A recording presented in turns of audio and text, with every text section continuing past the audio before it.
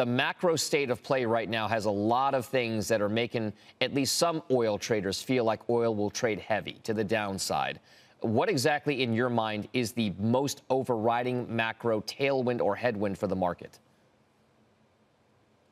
Cross currents, Dom, is a good word for it these days, by the way. Good morning to you.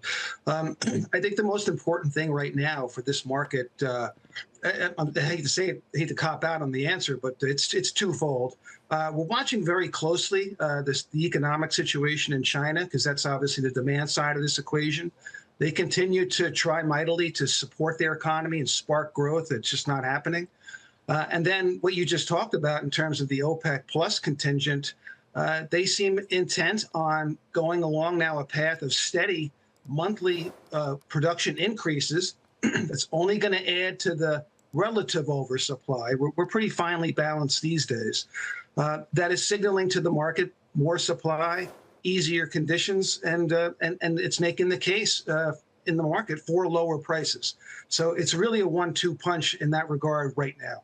John, as an oil consumer, that makes me happy. It means I'll be paying less for it. But is this a secular trend where, because of the efforts at peace in the Middle East, trying to get Iran back to the negotiating table with regard to nuclear talks, Saudi Arabia becoming much more of a closer ally because of President Trump and his efforts in the region, everything on there, is it just going to be oil prices down on a kind of more long-term basis? Not necessarily. I mean, we are still growing in terms of demand year in and year out, albeit slightly, some years more, others. We had a great demand week, for example, last week around the Memorial Day driving pattern that we saw, really strong summer-like demand, 9.4 million barrels a day here for gasoline alone in the U.S. So it's not all doom and gloom. What's going to start to happen, Dom, though, is that the Saudis are going to feel pressure from these lower prices because they're well below their fiscal break even, which is around between $95 and $100 a barrel.